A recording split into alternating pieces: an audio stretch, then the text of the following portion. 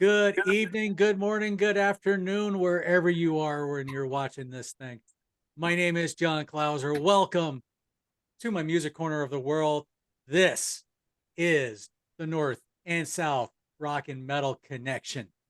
So let me introduce our cast of characters. Underneath, at least on my screen is how I see it, Mr. Roger Serreras coming from the Great White North. How is it? How is it up there? Is it cold, warm, medium? What are we doing up? What's it doing up there? Medium. Medium.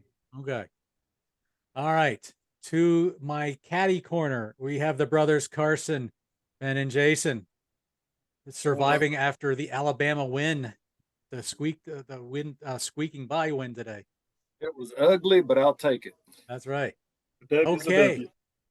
And to my right, to your left, we have Mr. JD Akins coming to us from the Auburn, the other side of the Alabama part. So, how y'all doing? Let's rock and roll with this tonight. And we are on fire tonight.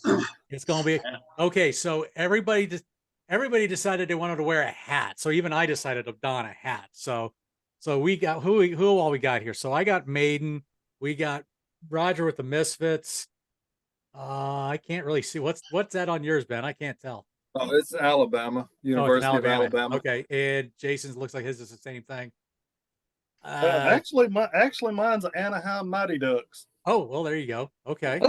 And then what was it? Justice League and you? Or? Yeah, well, okay. Justice League hat. Yeah, right. Terrible movie. Terrible. Well, got the hat from David Buster, so what can you do? That's right.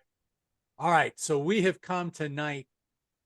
It's the year's 2022. It's 40 years since the great 1982, and that's the year we are going to talk about tonight. So let me see who we're gonna throw out some five of our favorite releases from the rock and metal world from that year. So let's start with the Great White North. Let's start with Roger tonight. What do we got for number 5, brother? Well, this is actually the first time I ever listened to this album in full. Was doing research for the show, and this is actually one of my favorite bands too. And I never listened to the CD, so there is an interesting tidbit. Anyway, Motorhead, Iron Fist, very good album. Yep. Last album with the classic lineup. Not a bad track on here. Not a one. Can't go wrong with those. Can't go wrong with those early Motorhead albums. I'll tell you, man. Those are some classics. Yeah, sweet and loud. That's it. And that's how I love my music and my wife. Hello. Hello. Oh, I hope she didn't hear that. She will. Let's hope she won't watch. We'll make sure she watches the video or something. But all right, hey, great choice. Great choice to start us off. Jason, let's go you. Let's go you next. Well, I kind of broke the rule just a little bit. Just a little bit. A bit. Yeah, just a little bit. My number 5 comes from country. It's Alabama's album Mountain Music. Rest in peace, Jeff Cook. Absolutely. I mean, it was one of the first records that I can remember listening to from beginning to end way back then. I mean, it was past 82 when I first heard it, but I mean, it's 5 times platinum. I don't know how many records it sold. It peaked at number 1 in the Billboard country charts, and it peaked at number 14 on the Billboard Top 200 in 82. So that's saying something against some pretty stiff competition. Having seen them in concert, those guys, for a country band, they rock. They rock. They were, man, I think I saw them back in 87, I think. I don't remember. They were up there in jeans and sneakers and tank tops just rocking out. Yeah. I mean, yep.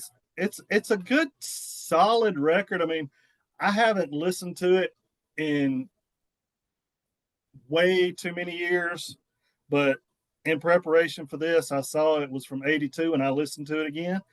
It's a good record. It's a really good, solid record with a lot of really good tracks on it. Yeah. So, yeah, I mean, I might have broke the rule just a little bit, but that I call it okay.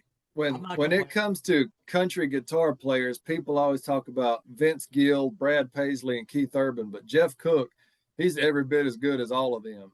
Yep. He is so good. Yep. And yeah, and multi-talented because he could smoke a lot of people on a fiddle too. Yep. And like I said, we just lost him recently. So yeah, just this week, man, and it hurts. Yep. He was a good one. He was. Great choice. Great choice. Ben, let's go ahead and do you. Let's get your number 5 going. All right, so my number 5 classifies as hard rock. It's pretty blues driven. A lot of, I wouldn't call them ballads, but just a lot of love romance themed songs, and that is Corridors of Power by Gary Moore. That is just a smoking album.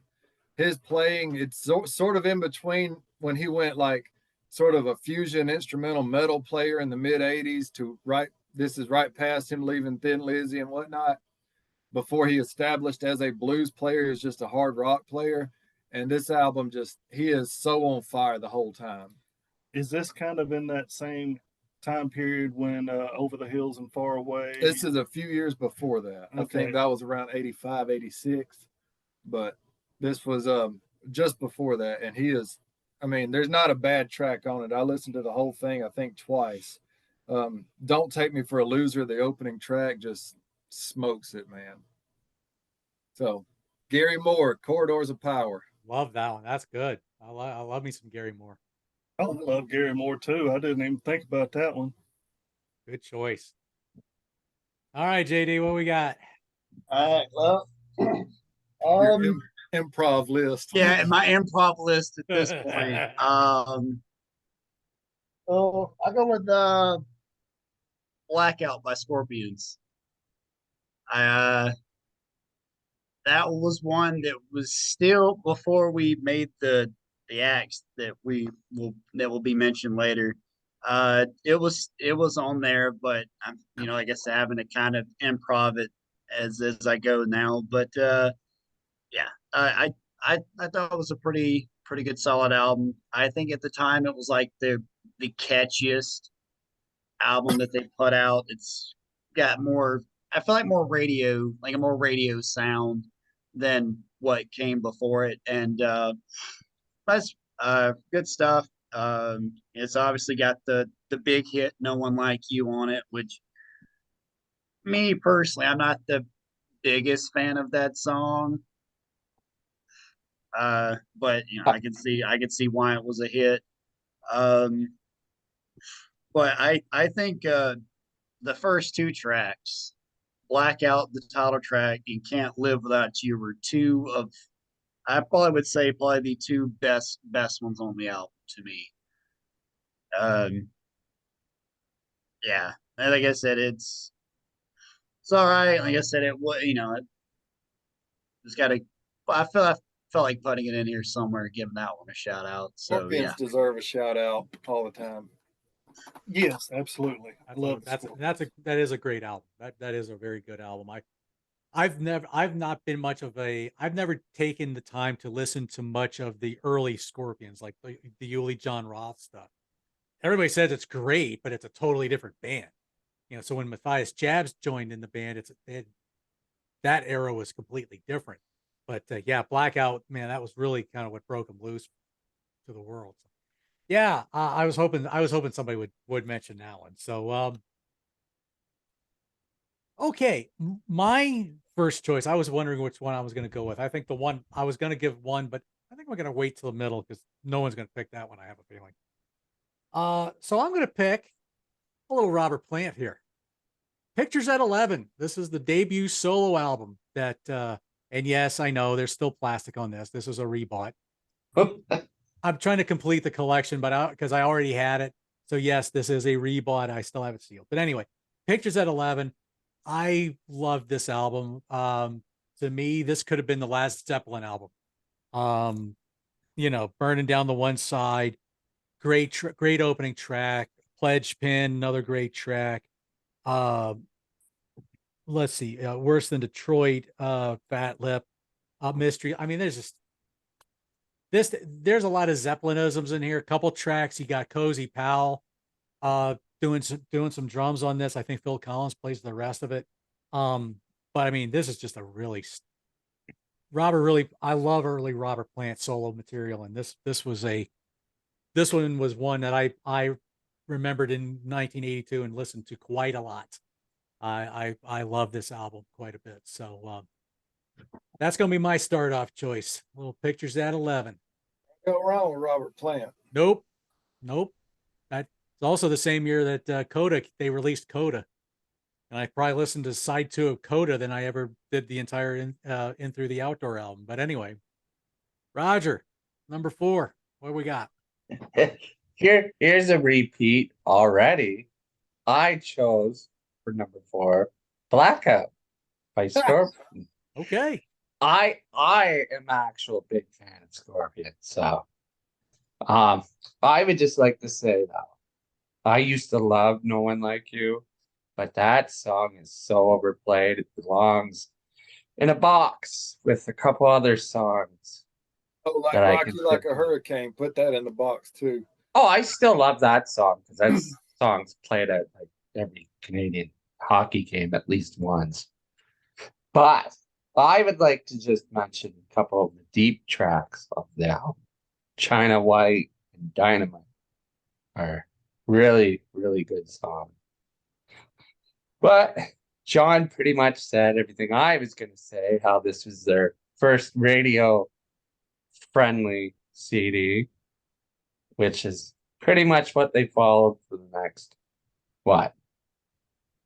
How many decades is 40? 40 4 years. decades. Yeah, you know, after Savage Amusement, I didn't really pay much attention to the Scorpions. When I heard When to Change, I didn't even bother with that album. I just didn't want to I didn't want to bother with that. And I never listened to the Scorpions since until the last album came out, the Rock Believer. That was a really strong album, but I've heard everything else in the last 30 years hasn't been worth listening to. So all right, Yeah, that is definitely their strongest album in a while. I listened to it because of Mickey D. So yeah. Yep. All right. Again, good pick. Jason, number 4. What you got? I got a little band from the Great White North. And no, JD, it's not who you think. I'm going Metal on Metal by Anvil. Yes. Metal on Metal. Yes. Exactly. The greatest band you've never heard of. Exactly. unless you have a subscription to Netflix. There you go. But I watched the documentary on them. How many years ago has Gosh, it been? 15 years ago. Since we watched that. I found it at movie gallery for like $3 or something. Yeah, and what I kind of got a love for that band then, and I mean, I wanted to show them some love, and this was their strongest record that they ever put out, Metal on Metal. It's so many great tracks on that record. I mean, March of the Crabs, Mothra, of course, Metal on Metal. I liked the final song on it, 666. Jackhammer was a great song. The whole album was really, really strong, and I don't know what happened to them after that. They just kind of went downhill, but I wanted to show Anvil some love, and I knew that it was one that probably nobody else was going to pick for this, so yeah, had to. Absolutely. The documentary almost came off like a Rob Reiner mockumentary. It In did. the fact that they had been searching for that big break for 30 years at the point, but then somebody finally told them, like, you guys are gods in Japan. So they go to Japan and they're selling out arenas like crazy. Yeah. Yeah. Yeah, it's crazy. You know, I think the thing with Anvil is either bad production on their albums, or lack of promotion, or maybe just not the best songs. I think a lot of their songwriting was pretty juvenile at times. It But- was, and if you're gonna do sleaze metal, you have to be at the level that Wasp was at, and nobody could do sleaze metal better than Wasp. So Yeah, but they were only that way for like a album or two. Really, they weren't even. They would. Steel Panther is about the only ones that come close. Okay, the Canadians stepping in for a sec. They have probably the worst lyrics I have ever really heard. The music ship, Oh, the is music is not- fantastic. but most people Rob's a can't fantastic get past drummer. the lyrics. It is just Yeah. Oh, and that's why I didn't include them in my list, just because great CD, just I can't get over the lyrics of everything else. Well, that's why March of the Crabs was so great, because it's an instrumental. Yeah, there That, you go. that comes up on my gym playlist at least once a week. I'm like, right on. Gotta love that. Ah, love that we gave Animal some love. Ben, what you got for Absolutely. number 4? For number 4, this is a repeat band that I have included on a top 5 list before. And oddly, before we started doing this show, I've never really listened to them. But now that I'm giving them a shot, and they seem to release quite a few albums, I'm going with Rainbows, Straight Between the Eyes. Okay. Awesome record. Opens up with the song Death Alley Driver, and it's a straight up hardcore. I mean, it's not a super metal album. It's more, hard rock along the lines of traditional Rainbow, but it's got the song Stone Cold on it. Great song. It's got Jolene Turner as the lead singer. I Was think this the first or second album after this is the Dio? second. This is the second one. After Dio left. Yes. Okay. Second or third. That's the third, yeah, because they had third. somebody come in for the Down to Earth, and then Down this to is the Earth, second Jolyn Turner that album. was Graham Bonnet on Down. Yeah, to Earth. I couldn't think of his Yeah. name. So this is the second Jolene Turner album, and I was very impressed with it. I got nothing but good things to say about it. So if you get a chance, check it out. It's better production than their 70s stuff, obviously, because the equipment got better in those few years. Tight Squeeze, great song, real fun. Play it for your lady, she'll go crazy. So give that one a shot. Rainbow, Straight Between the Eyes, my number 4 pick. Good stuff. All right. JD. All right. Let's see what he pulls out of his bag of tricks this time. I'm gonna go with Dawn Patrol by Night Ranger. That was never listened to a Night Ranger album before, but when we You did shouldn't have listened to this one. but I listened to This is the one. one to listen to. And yeah, because when we did the album openers last time, and I listened to that track, and I was like, oh man, this is good. It's catchy. It's got a great rock, just like a good hard rock tempo. And I was like, all right, so where are we going from here? And it's just song after song, just like the first listen, I was like, okay, it's didn't really do it for me, but I was like, I'm gonna give it a little bit more attention. And the Never more I just hyping up an album on the chat again. ever. It was I enjoyed it. I don't. I in the past few days I've listened to it. Because obviously I need the replacement. So I was like, well, let me give old Night Ranger, give them a chance. And I listened to it, and but I like it. It's good. It's catchy. It's possibly might be the only Night Ranger album I listen to, and for it to be their debut, I say, knocked it out of the park. I thought it sounded great. It wasn't too much, wasn't too little. Every song was was the way it should be for that time period. So yeah, Love that album. Love that album. and also I do, and then I forgot to mention this. I just thought about it. The closing track, Night Ranger, starts out so like okay, but then close to the end, it just turns it up, and it's like, where did this come from?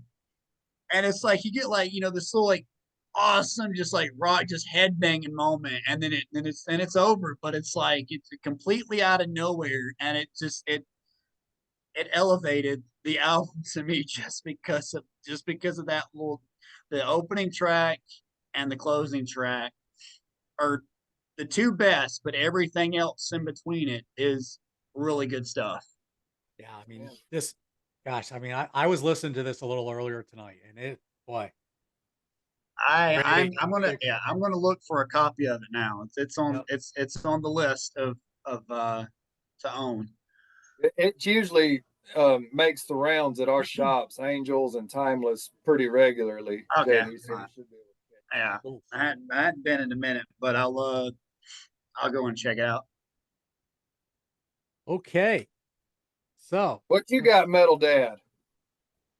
all right, so I'm going to go a little more on the obscure era here. I don't know if I maybe I have, maybe I haven't mentioned this band.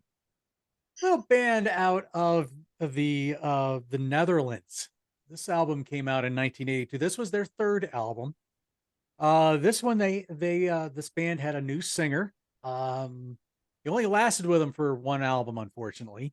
But I'll tell you what, this album just screams new album, the new wave British heavy metal sound.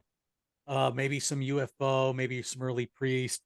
I'm talking this band, Picture, and this album, Diamond Dreamer. Man, I just discovered this about 2 years ago on as a reissue. This thing is, if I had heard this in 1982, I would have been playing this thing a lot. This is really solid. Lady Lightning is a great opening track. Night Hunter gets a kind of a nice groovy middle. Hot Lovin' is kind of a cheesy lyric, but it's got a good rockin' tune. Diamond Dreamer's got a great chorus. Message from Hell is just right at you. You're All Alone, Lousy Lady, Hangman, Get Me Rock and Roll, and the ballad You're Touching Me. This is a fantastic album. I have just loved listening to this thing. The singer's name, he was Israeli, so I'm having to look it up so I know how to actually pronounce it. And of course, I can't find it. So anyway, he had it. I can't think of his name to pronounce it correctly, but he was a great singer. Definitely would have given Bruce Dickinson and Rob Halford a run for their money. There was some management issues, and he unfortunately wound up leaving the band. And he did some solo project stuff off and on. Didn't do quite as much after that, and then I think a few years ago he passed away. But I think you can find this on Spotify, maybe. Yeah. And you could probably go to Dive Bomb Records and pick this up still. Diamond Dreamer from Picture. Love that album. Roger, number 3. Well, this is a repeat band for me, I'm pretty sure. Kiss, Creatures of the Night. Believe it or not, this is another first time listening to the album all the way through. But, I don't think there's actually too many Kiss albums that I can listen to in full. And Vinnie Vincent, underrated guitar player, has my favorite Kiss song on here, War Machine. I don't know how that song was not a single. Not a clue. Opening track, It looks very great in good concert. too. I'll say that much. Really drive Pardon the me? tanks out, right? Yeah, I love that song. Anytime I need to finish a set, or not a set, what am I trying to say? Anytime I need to finish a workout, I put that song on. It gets the blood flowing. There you go. That's what I'm trying to say. Terribly. But, as I Love It Loud, which is kind of a theme song to my life. Great, great album. Yep. Little trivia for those who may not realize this, but Vinnie Vincent's not the only guitar player on that album. The guitar solo in the Creatures of the Night song is a guy named Steve Ferris, who would wind up going into Mr. Mister. Bet you didn't know that. But and another guy named Robin Ford also plays some guitar on that album too. But it's not all Vinnie Vincent, but there's a good bit of it in there. But Vinnie Vincent is the only band member who's never been on the cover of that album. that's true. Ace was on the original And cover. it doesn't play a note on it. And Yeah. Bruce was on the re-release of the cover. And doesn't play a note on Doesn't play a lick on it. it. All right. I was wondering if Creatures would get some love. Blast you, Amazon, for raising that price on the box set. Jason, what you got next, brother? I went with a live record. I had to. It's a great record. I saw it in the list for 82. I thought I'll give it a listen. I've heard of the band, never really paid any attention to them. Thought I'll give it a shot. The album, the way it was put together as a live record, is a little discombobulated, but that doesn't affect my enjoyment of it. And am of course speaking of The Eagle Has Landed by Saxon. Okay. Great All Saxon. record. Great record. My personal favorite on there was the really long extended audio participation cut of Wheels of Steel. 747 was great. I mean, I would put, you're going to have to help me here because I can't remember the singer's name. Biff Byford. Biff. I would put him up against Halford and Dickinson too. He's a great singer, great metal voice. Mm-hmm. Everything about it was amazing. I've listened to it twice now, maybe 3 times since I picked it up, and I love it. It's one of the greatest live records I've heard. I would put it up against any metal band's live record. Yep. So yes, that's my number 3. I'm showing Saxon some love. They made a big impression on me, and I just wish that impression had come many years earlier. I'll tell you what, man, Strong Arm of the Law and Denim and Leather and Wheels of Steel, man, those early Saxon albums are really, really strong. Yeah, and their new one, Carpe Diem. Yeah, that one's really strong too. But yeah, the original record opened with Motorcycle Man, then 747, Strangers in the Night, Princes of the Night, Strong Arm of the Law, and Heavy Metal Thunder. That's just side 1. Mm-hmm. Really strong record. Yep. 20,000 Feet, killer track if you've never listened to it. Awesome song. Wheels of Steel, Never Surrender. Oh, that was a good one. And then, Fire in the Sky, and then ending strong with Machine Gun. Killer album. Super record. Cool. I highly recommend it to anybody.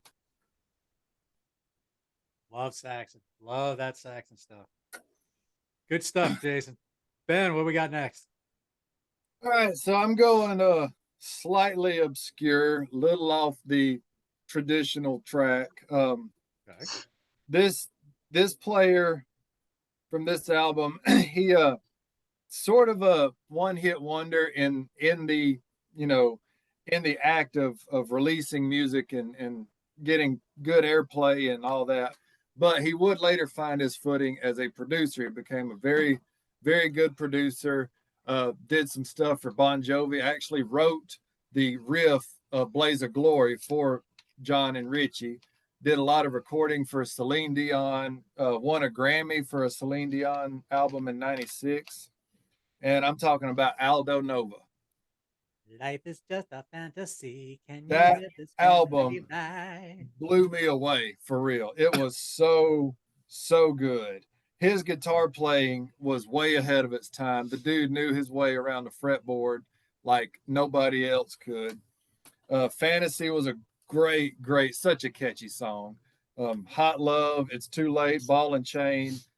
I didn't find a song on here that made me hit the skip button, really.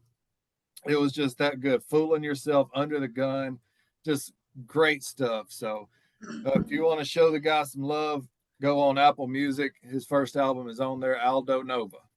Great album. Yeah, I enjoy that album. I was always a big fan of Fantasy back in the day when that came out. I remember that would get because I got a lot of video play on MTV. Now, so here's a funny story. So I was supposed to see Aldo Nova in concert on a triple bill. This was been like 1990, 1991, something like that. I can't remember. On the bill was Great White, and headlining was the Scorpions. Now, this would have been about the Wind of Change era. Now, I was living in Maryland at the time, and we get up there. I got to the arena or to the venue, and there were some guys outside in the parking area. They said, yeah, the concert had been canceled about a week earlier due to low ticket sales. Oh my gosh. I had Heartbreaking. I had no idea. We drove about 2.5 hours to get up there. Concert was canceled. Oh man. Again, this was pre-internet, and the radio wasn't going to talk about it back down where I was.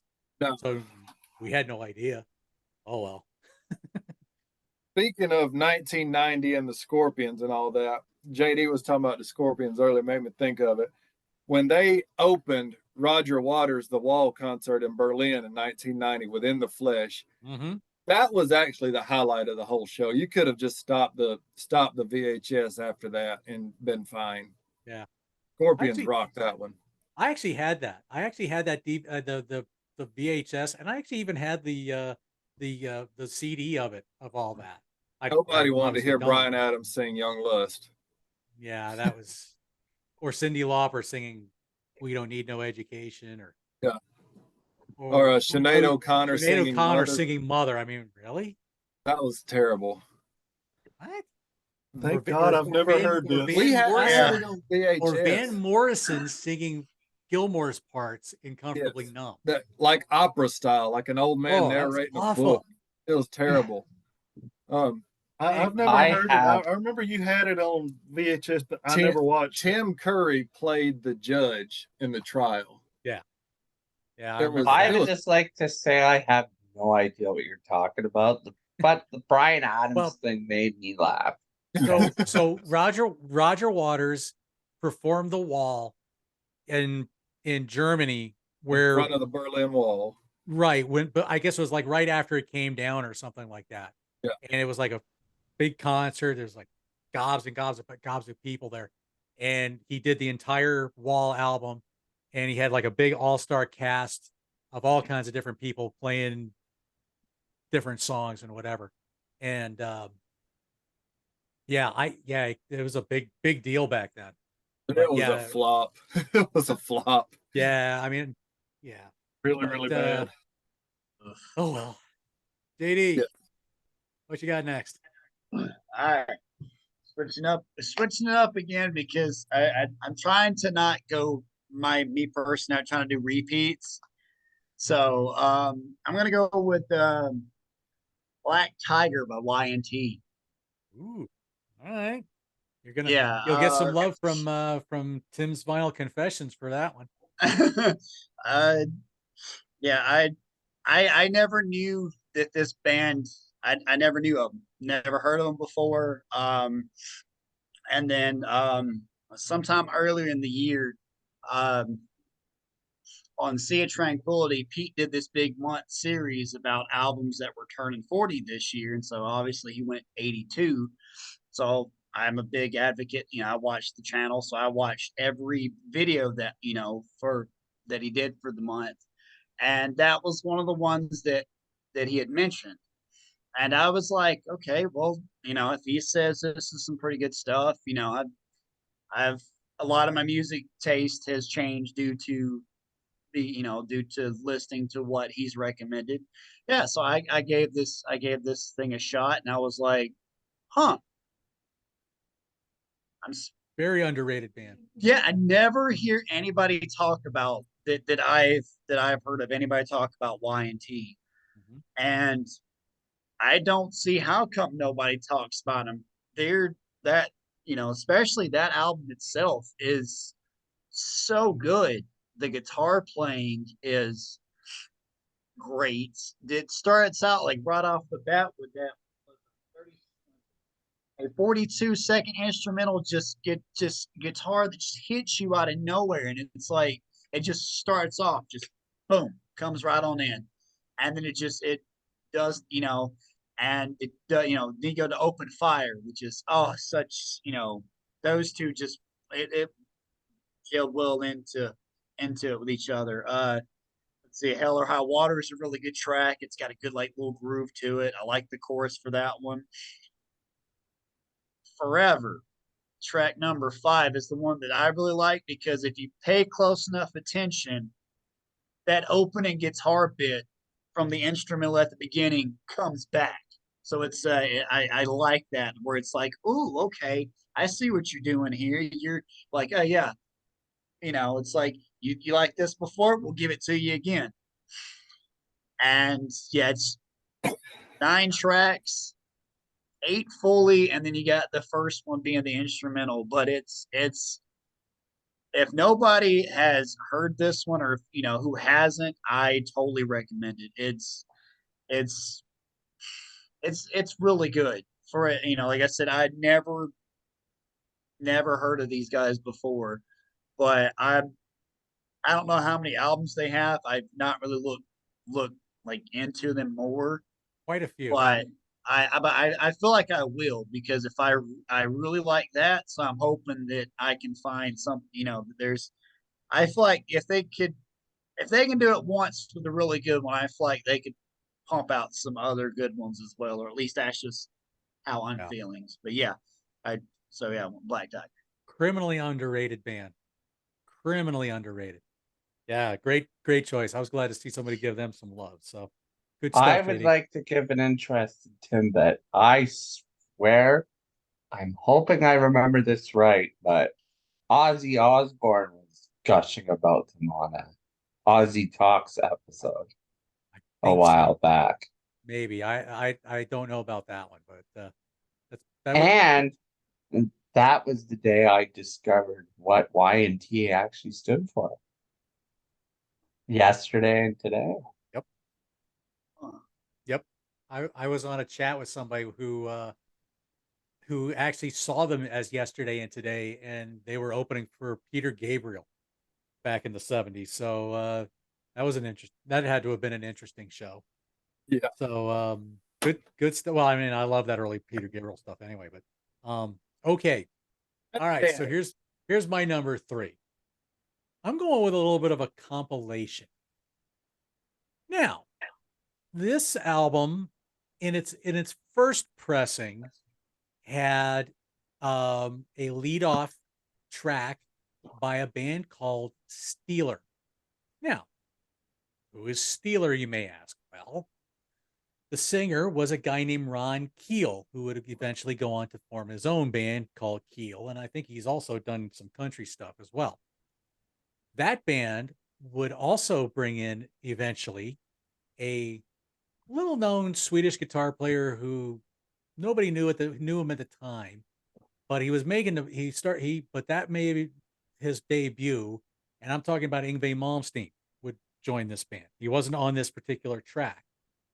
Now, that song only appears on the first pressing of the album. The second and further pressings of this particular compilation You start off with a song called Chains Around Heaven by this band called Black and Blue. Now, who is Black and Blue, you may ask? Well, so glad you asked. The one guitar player's name was Tommy Thayer. Gee, where do we know him from? He is this now in the Ace Spaceman. Frehley makeup. Jamie St. James was the singer for the band. He plays the Peter Criss character in a few in a Kiss tribute band. I can't remember which one. So that you get the introduction to Black and Blue. Now, what is this album? You're probably wondering what the heck is this album. So I don't have the show and tell here, but I can show the picture.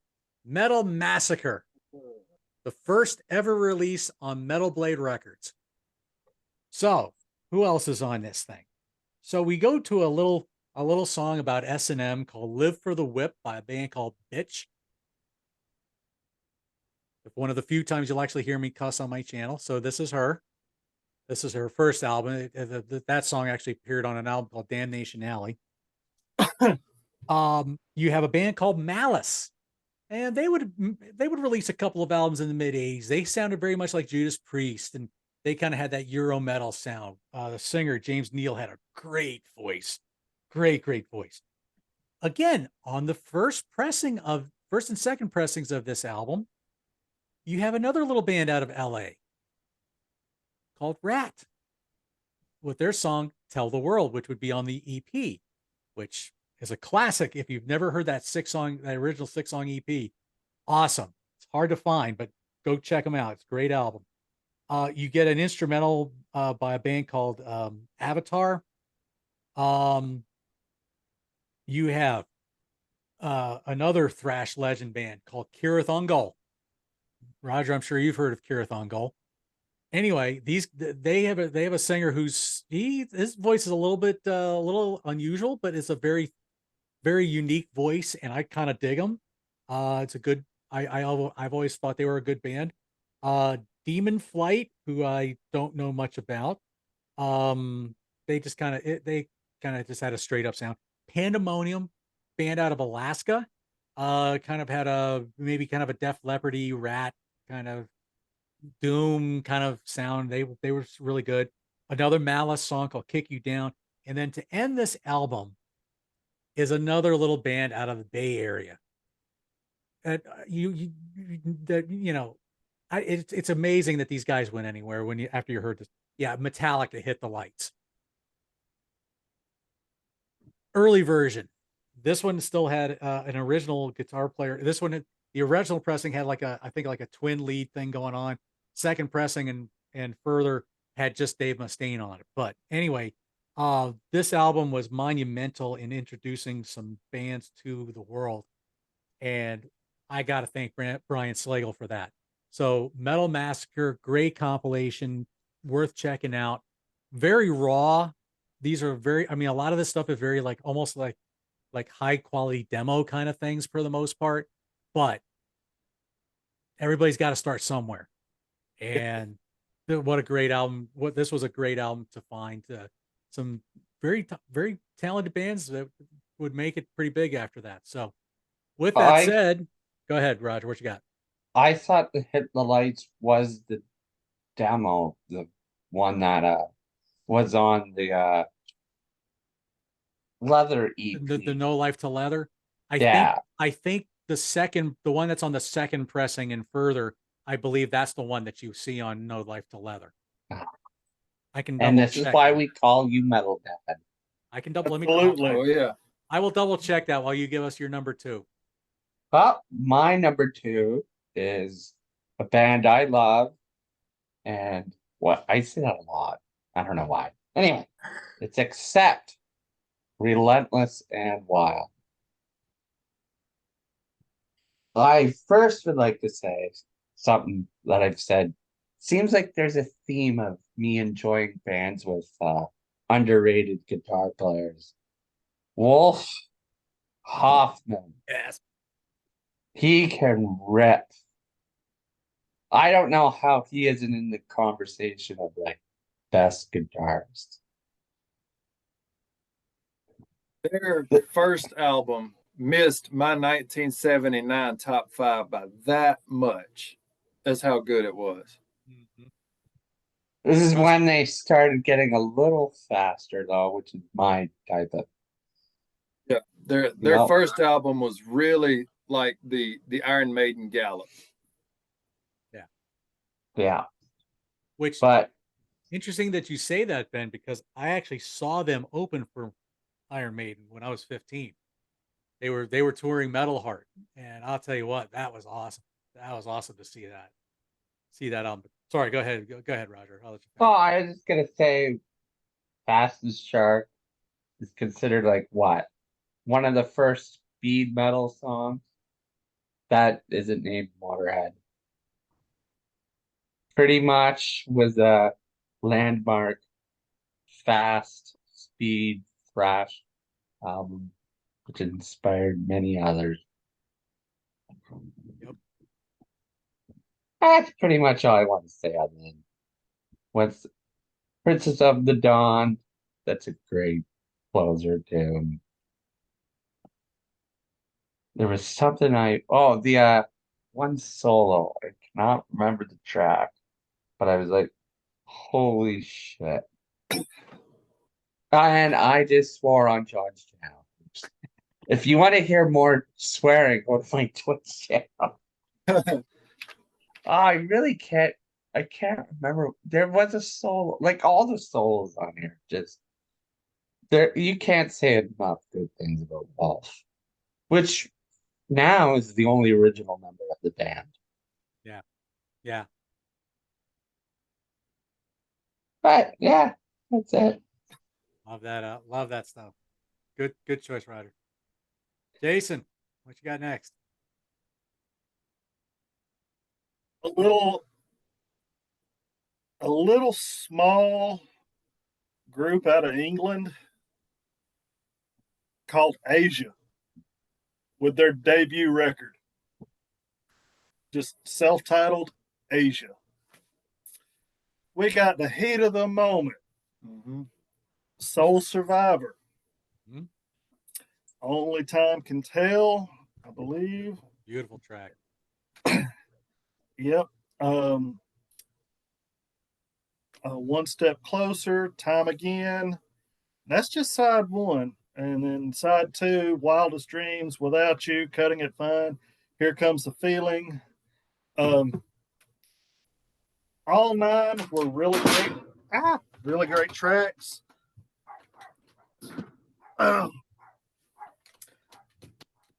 Great guitar work by Mr. Steve Howe of Yes. If anybody is familiar with Yes, you know the guitar work. I personally like John singing. John Wheaton. He's a great vocalist. Great vocalist. And then Carl killing it on the drums back here. You know, I mean, he come from Emerson, Lake and Palmer, so he knows what he's doing. Mhm. I thought it was a great album. I've listened to Asia before, but never really like listened and paid attention. I'm a fan. I am really a fan. I think I'm gonna stick with them and see where it goes. I mean, I don't know when the last record they put out was, but I know they put out a few. They have. And No one's ever topped that debut, but what I've heard, this album I've never went as like I personally never went past the first Asia album. So everybody says that the first one was everything, and then they tried to do what they did with that one with the follow up, but it didn't work. like, At least that was just what I had heard. Kind of like what happened with Boston. Yeah, Pretty much. except for at least they were kind of consistent, and I think they were pumping out. I think like maybe every other year past that, I believe, but it was still just. And I will admit though, I do love the artwork for all the Asia albums though. Oh, They that look Roger Dean, the outward. Roger Dean stuff is just Yeah, absolutely That- incredible. yeah. Their last record was released in 2014. That was a record called Gravitas. Yeah. And beyond that, I mean, I think the first record I mean, it's Yeah. it's darn near perfect. It is. Yep. You know, Yep. and I was trying real hard to find something that I didn't think anybody else would have on their list. So I think knock on wood, I've succeeded. Gotta love it. All right, Ben, what we got next? Well, Number two. I'm failing on my originality. My 1 and 2, 2 and 1 have both been named already, but I'm sticking with them because I'm passionate about them. And number 2 is Kiss, Creatures of the Night. Kiss is the first rock band I ever fell in love with, hands down. Creatures of the Night is a really cool album. There's only, in my opinion, 3 big hits off of it, and that's the title track, I Love It Loud, and the ballad, I I Still Love You. Yeah, that is incredibly one of, hands down, probably the best of the hair metal ballad of the 80s. That one just blows them away. Oh, come on, we can't not mention Forever. Yeah. But Creatures of the Night was important because that was the last one that they did in the makeup. And they did a lot of these songs on their Alive Volume 3 from 85 or 86, whenever it was. And this one has Alive 3 was 92. 92, yeah. Well, they had a lot of Creatures of the Night stuff on it. I know, but I saw that tour. Great live album, though. Great live album. Yeah, they had a good guitar player. They had Bruce. But Vinny was a great fit for introducing a new side of Kiss when they started to drift more away from Kiss to the Paul Stanley Project, as a buddy of mine passionately calls them. So yeah, number 2 for me is Creatures of the Night. I Love It Loud has got to be my favorite Kiss song, and the ultimate version of that is on Alive 3. So check it out, Creatures of the Night, if you have not. Good stuff. JD. Yeah, back Two. to what Ben was saying though. Yeah, Creature of the Night. Oh, that one was gonna make it, but I was like, no, I'm gonna steer away. I'm gonna try to. I don't want to have like a 79 repeat where all like 3 of us were like, oh, how the hell's number 1? So yeah, I'm trying to, like you said, like like we said in the chat, try to make it where but I do love that album. It is, to me, probably for the time, their heaviest record that Kiss have ever done. And yeah, I Love It Loud. Like, good song, and plus that's just who I am. I just like Roger said, he loves it loud. Like, if that song doesn't pump you up, then you can't get pumped up. Exactly. But for my number Not 2, even Viagra could help you. Oh, John coming in with a stiff one. He's at the age that he might need that. Metal Dad's got jokes. Anyway. Hey, cheers, John. Cheers. For my number 2, I went with Saints and Sinners by Whitesnake. Great album. Yeah. Never really. It's it's the same thing with Night Ranger. It's like I have that perception in my head, like how I think of Night Ranger with Sister Christian. I have the same thing with Whitesnake, with the obvious "Here I Go Again" from what's their self-titled, I think was what they called that one. Self-titled album. Yeah. But looking back on everything before that, it's just been some of the greatest hard hard rock and bluesy music that I think I've ever heard. And if Whitesnake would have continued that, they might not have been on the big path that they are today. But I might have paid them a lot more attention, honestly. They, Um, they were starting to, I think, get pigeonholed as like a Zeppelin-esque kind of I can cover see band that. I can see because that. that's where they got their roots from, is playing Zeppelin style music. That's why their first album sounds so blues rockish. Nah, that makes sense. But yeah, like the album, like I said, Young Blood just comes in, and I love that track. And I think to me, like listening to it again, I've got like this like in my head. There's 10 tracks. The first four to me kind of have like a more like a hard rock feel. Um, Rough and Ready, Bloody Luxury, Victim of Love. Those four kind of have like this like rock, like hard rock feel to it. And then you get to what might be my favorite track on the album, Crying in the Rain. Just listen to the title, just sounds like a blues song.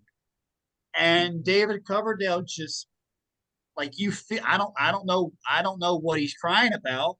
I didn't really look into the lyrics, but I feel it. I feel, like I feel like I should be sitting in the rain, crying in the rain. Yeah, it's And Still of the Night on that record. No, that's the 1987 one, but Okay. Yeah. he re-recorded "Crying in the Rain" for that 1987. Oh, I did not know That's that. oh gosh, listen to the 1987 Okay. version of "Crying in the Rain."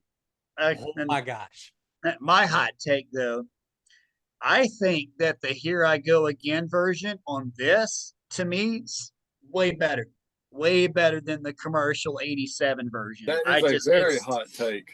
It sounds so raw, and Mhm. it's the exact same song, but there's something about it that's different. It's like it's pulled back, and it's Scaled not down like the it's heavily production. produced.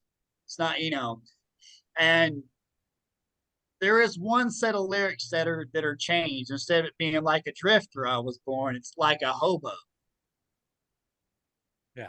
To me, I don't know. I like the word hobo better. I don't know, but uh, yeah, that's my hot take. I just I'm tired of it because I guess I've heard that one so much on the classic rock radio, and it's the big hit, and it's like, no, I'd rather that. Like I said, the original from '82 just sounds it it has more feel to it to me than '87 did. And then you've got Love and Affection, good track. I feel like when you get back to that point, you get the hard rock, and you get a few like little bluesy tracks, and then you get to the last few tracks, which are more back to the hard rocking, but it balanced itself out really well. Like I said, David Coverdale sounds amazing on this. It's One of the best of all I time. I never knew that Whitesnake got their start as a blues band, as like a blues hard rock band. And when we did this when we what was it 79 when we did that, I wanted to play their album from that one, because that one was really good too. But there was so much other stuff that kind of got in the way for that one. But um those the 79 album, I think it's like Love Hunter, and this one, those two I think fully like capture what Whitesnake was at that time being. And it's I mean, like I said, it's you go more commercial, you go all glam, you get. I understand you want to sell more records, like that's understandable. But it's to me, it's like you kind of get rid of something that made you sound really well. Um, but yeah, but other than that, I don't want to get. That's Well, for a whole another. That's for a whole. Well, everybody I- did. go ahead. I was gonna say everybody did that in the '80s. I mean, even Alice That's Cooper true. did that in the '80s. Yeah, because it was the trend. It was the thing to go all. I have no issue. It's not Yeah, my. we, It's yeah. we went Not a to go-to. welcome to my nightmare to Your Love Is Like Poison. I mean, yeah, Yeah, yeah. It's Well, it's well, all I could it's what happens. all I could say about the 1987 version of Crying in the Rain, I'm just gonna say two words. John Sykes. Enough said. True. That's yeah. All right. My number two. Yeah. So I first heard this album in late January 1985. My friends and I were supposed to go see Iron Maiden in concert that night. Unfortunately, the show got postponed because half the band was sick with the flu because they had just been in Rio, and I guess the change of weather temperatures, from the hotness of Rio, and in early January you have cold, snowy weather up in New York. Well, half the band got sick, and there were like 4 shows got canceled. I was bummed because I couldn't get to see the opening act because I was really big into the album that they had out at the time.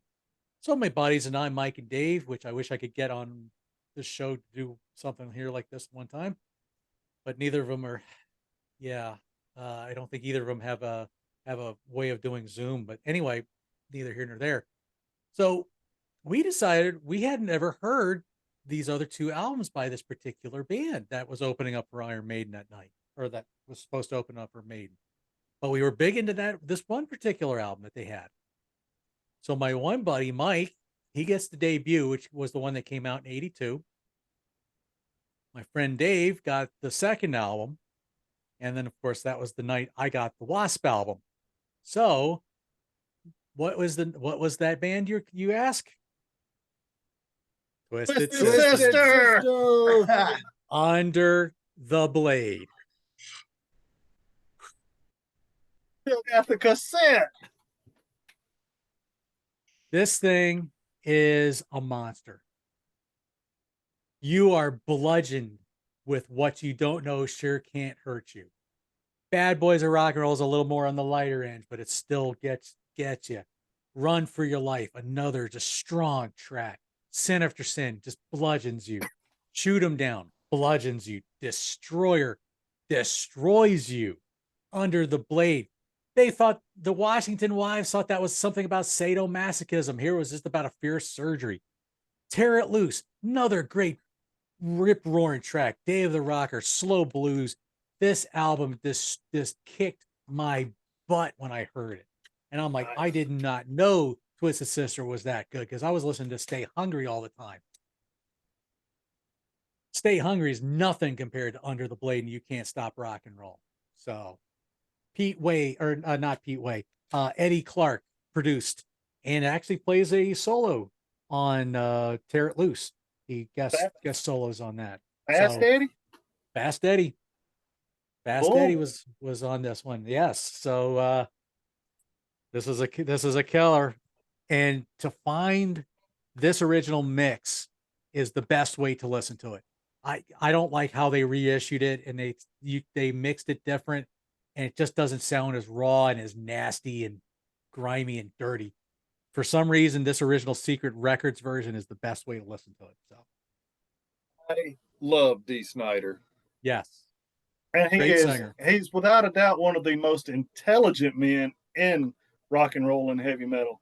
Yeah. Super wicked smart. Yes, he is.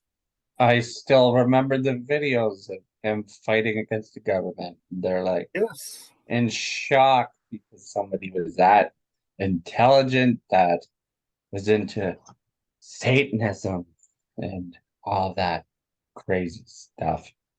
He did a piano ballad version of "We're Not Gonna Take It" to raise cancer awareness on a YouTube beautiful. video several years ago, and it was an absolutely beautiful cover. version. Beautiful version. Can't really call it a cover because it's his own stuff, but yes, very, very, very beautiful. And he got mocked and made fun of for singing Satan's music, but yet did the Twisted Christmas album where he sang, songs about baby Jesus. Oh, I'll give you something better. I have a cousin who said he watched a Christian cover band up in Pennsylvania, and they did the song "Burned in Hell" on "Stay Hungry," and they didn't change a lick of it, lyric, everything. I mean, because it was pretty much, Yeah. it fit perfect for him. So If it yeah, works, it no, works. it does. Roger, number one. Well, I would first like to say if the production was better, Venom Black Metal would be here. But I can't get over that production. That is the most oh. So I have a question before I get into my number one. Like, could you tell something was that bad back in the day, like production wise? Or was there really like any noticeable aspects to like bad production back when something was released back then? That's my question I would have posed. Right. Yeah, Uh, that would be a great yeah. one to throw out in the comments. What if you got a good answer for that? Let's hear it in the comments because that's a great question. Um, if you're asking me personally, I didn't listen to that album in 1982. I think I listened to it a few years later, and I just couldn't take it seriously. So I think probably one of the worst sounding albums I think I had ever heard in like the mid 80s was a band called Impaler, and they had a 4-song demo EP called Rise of the Mutants with this really wicked nasty album cover, and the 4 songs on it are really catchy, but you could definitely tell it was like recorded in somebody's like rehearsal room, and they just kind of threw in some overdubs here and there, but it's a very feedback driven EP. But um it's been so long since I've listened to black metal, but yeah, I just You never could take them seriously. you See, recommend I thought of that because I'm a gamer. Yeah. Let's see Mario right there.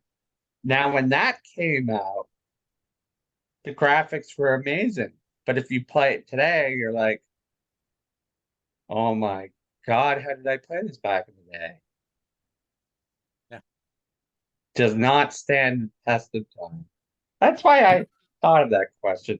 Anyway, my number one is band out in, the UK. You might have heard of them because Metallica covered them. Diamond Head. Borrowed Time. This got away from their really fast playing to more of a progressive rock album. We decided to go out of the box. So I Wow. decided this is pretty good. Even though Am I Evil was on the album before, they included it in this, but very good. Uh Don't Ever Leave Me with one of my favorite tracks. The guitar playing and that's very bluesy, and the solo is absolutely ridiculous. In the Heat of a Night, that's another good track. And what's his name? I can't think of his name. The singer. Tatler, Brian Tatler. Yeah. Yeah, that's it. I think he's an underrated singer, in my opinion. Very good. He should be talked about more. It seems like over the past maybe like few years, Diamond Head's getting like a more more of a traction all of a sudden. I think they deserve it because they inspired so many bands. So But definitely check out this album or the album before, Lightning of the Nations. Good stuff. Yes. Another criminally underrated band. Good stuff, Roger. Good stuff. Jason, number one, what we got? Well, I've got to do a repeat, but it's not a repeat of anything that anybody here has done. It's a repeat of one of my artists from another show. My number one is this awesome little blues guitarist slash singer out of Ireland named Rory Gallagher and his I love that. 1982 album Jinx. Okay. Yeah. I thought Top Priority was as good as it got. I would put Jinx right up there with Top Priority. It is an amazing record from beginning to end. We're talking. It's the opening track, Signals, phenomenal. Number two, The Devil Made Me Do It, is just this killer little 3 minute, just, I mean, it's just fun. The whole record from beginning to end is fun. I say this about a lot of records, but I wholeheartedly mean it here. There is not a bad track on it. All nine tracks are just killer. It's easily my number one from 1982. I think it probably be the best album out of the 80s in this genre, but not for our purposes here. But in the blues rock genre, it could easily be the best album of the 80s. So yeah, I got to go with Rory. The more I listen to him, the more I love him. That is solid. That is good. I'm finding myself enjoying Rory a lot more too. So great. You great checked choice, out man. Top Priority? Yes, that's good. That's strong. Killer stuff right record, there. isn't it? That is some strong stuff. Now that I have a lot of free time all of a sudden, I think I'll actually check that out because I have all kinds of time for maybe the next little bit. Oh boy. Look, I'm telling you, you cannot go wrong listening to Rory Gallagher. I mean, I try really hard to not push what I like on other people, but Rory, he's definitely one that, you know, if I won't tell you no, the dude is amazing. I mean, his guitar skills to me are on par with, if not better than Stevie Ray Vaughan. His songwriting ability, he doesn't do the slow blues like Stevie. He's more of the fast blues kind of thing. Mm-hmm. And his solos, his guitar playing and his lead work is so imaginative, and he doesn't just do a little bit and then fall into the same repeating pattern. Everything he does is completely new.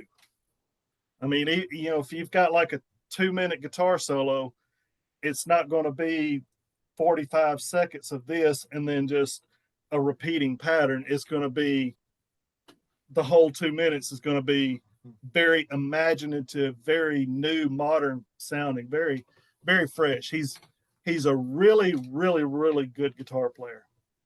One of the best I've heard. Oh yeah. Yep. I'll agree with that. Great stuff, Jason. Thank you. Ben.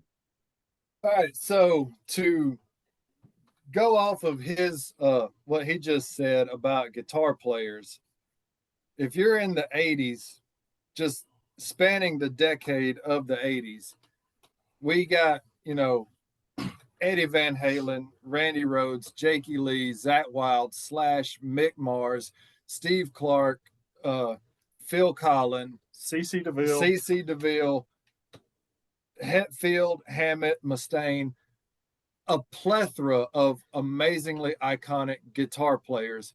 And Yes. that's just covering one decade. One of them who does not get near the love, respect, and appreciation that he should is Brad Gillis. And yes, I'm talking about Night Ranger, Dawn Patrol as my number one pick Night Ranger. for 1982. This guy put on a smoke show clinic of how to play hard rock, light metal guitar in that one album. There's not a bad skip filler track on it, in my opinion. Nope. Don't Tell Me You Love Me, Sing Me Away, At Night She Sleeps, Call My Name, Eddie's Coming Home Tonight is a funny, coming out tonight. Sorry, it's a funny, fun, awesome song. I don't know exactly which Eddie he's talking about. Could be Maiden's Eddie. I don't know. You know, they went in the same circles briefly. Can't Find Me a Thrill, Play Rough, Penny, the song Night Ranger itself, just amazing. And Brad Gillis's guitar playing, and then he twins with the other guy. They do, double leads a lot. Jeff Watson. Yeah. Jeff Watson, yes. But of all those other players that I mentioned, I've never heard any of them do what is called a flutter effect with your Floyd Rose tremolo system. Brad Gillis, he can flutter it and make the real super fast. Blink and you'll miss it. But I've never heard anybody do that as quickly as he can do it. Mhm. And I've heard Steve Vai do a flutter, but never like what you're describing. you've got to give him mad props and mad respect. This was the year he was offered Randy's spot in the Ozzy Osbourne band, and he turned it down, saying, "No, I'm going to take a chance with Night Ranger." He could have gone on to be the next, the biggest icon in the music industry, but chose to stick with his buddies, and you got to love him for that. So Loyalty's a big thing. loyalty goes a long way. And Right. I've watched footage of him playing Randy's parts on the tour, and he nailed it. He absolutely nailed it. But that's my number one pick, Night Rangers, Dawn Patrol. Love it. Never Night listened to that Ranger. album, but I'm gonna have Love to. it. Oh, it's so good. It's crazy. It's so good. See, I hate to say this, but I have been guilty of pigeonholing Night Ranger because of your motor red. They got pigeonholed as a foreigner knockoff because of that song, or a one-hit wonder, but they're more Maiden than Boy, they that are. first album, man. Blisters. It'll rock your world. All right. JD, what we got? Well, What's your number one? you guys know me. And my original number one, which was probably gonna wind up being most of our number ones. Numero we decided- El Bestio. Yeah. So Actually, my number one was number one the whole way through, Well- even before we decided to change it. It was that strong of an album to me. like I said, you guys know me very well. You guys know I love this band to death. Is it Rush? Anytime we do a year and they release an album, it's definitely making my top no matter what. I'm sorry, it has to. That's a three-piece from Canada. They're my second favorite band, second favorite band of all time. Yeah, Does their bass player Three. also play keyboard? yes, yeah.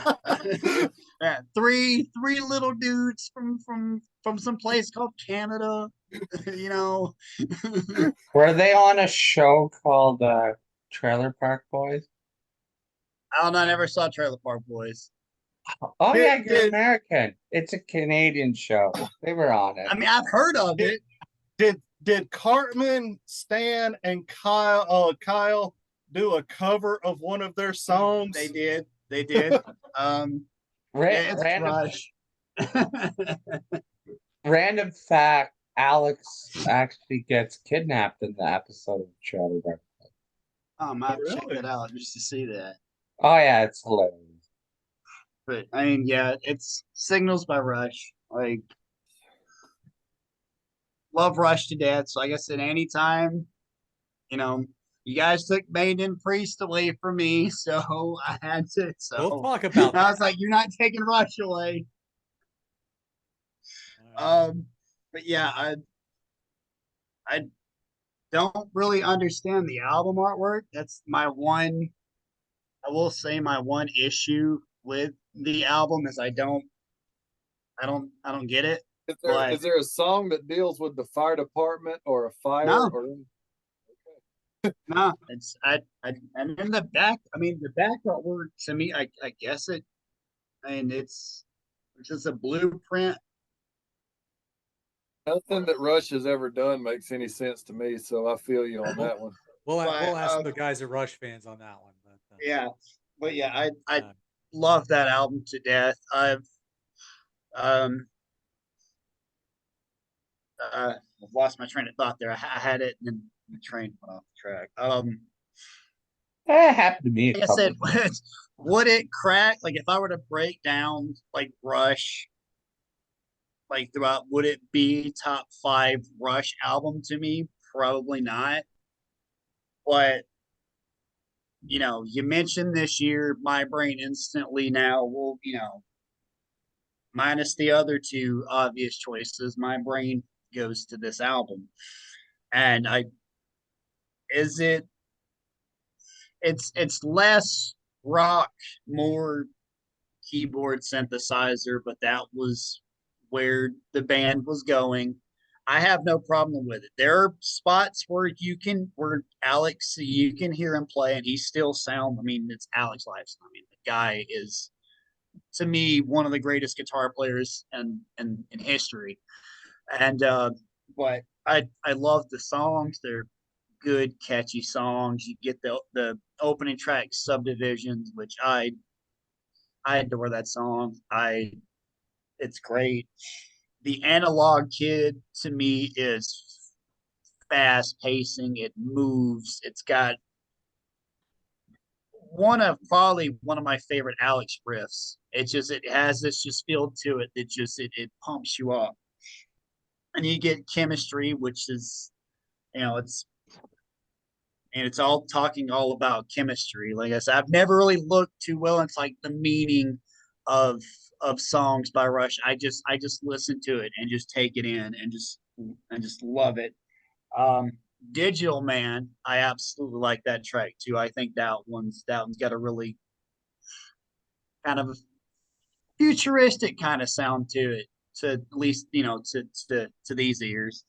Um, you get The Weapon, which isn't that one of the parts, because they did all those fear, they did like those fear, like part such and such a fear, I believe. I think that was, I know they did four like little tracks. Yeah, I'd have to do some research on that. yeah, The Weapon. Yeah, it's part two of Fear. Yeah, they did these four like tracks that are kind of like talking about different fears and stuff.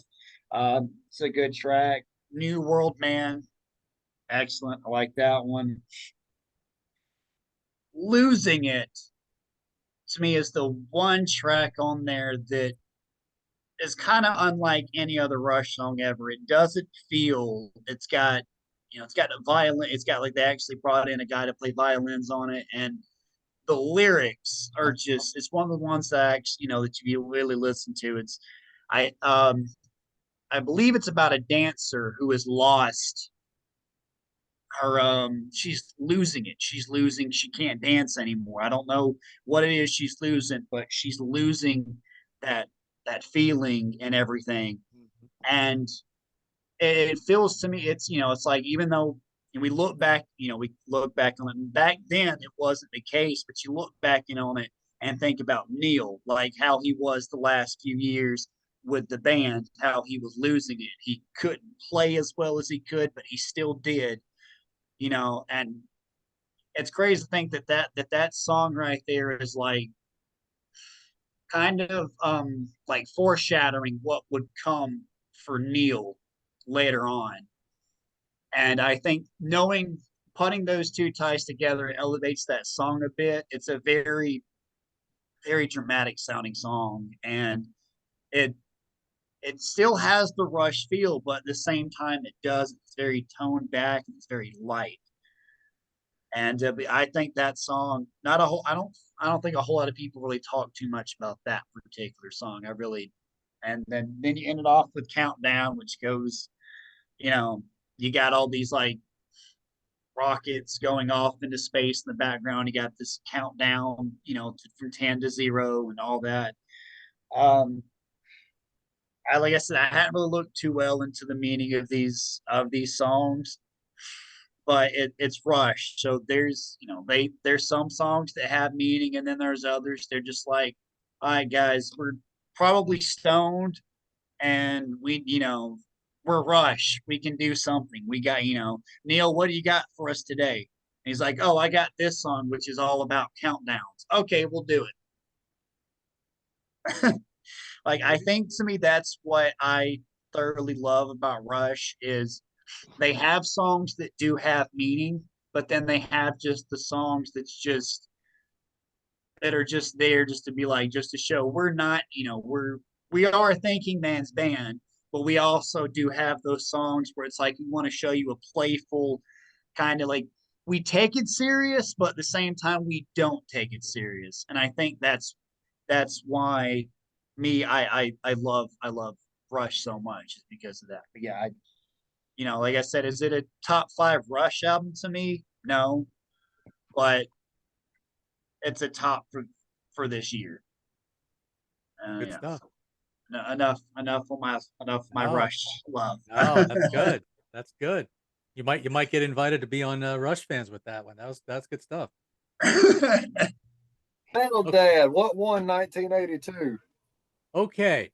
Now, before I give my number one, and by the way, we're not going to do honorable mentions today because I think I wouldn't mind revisiting this year someday. So I'm going to hold off on honorable mentions today just to be a little different. Because I didn't have any. I only have one. So Yeah. now y'all are, if you've watched this far into this video, you're probably wondering, wait a minute, what? Why? What? No, what? No, wait a minute. What? I purposely said I knew these two albums would be on all of our lists in some way, shape, or form.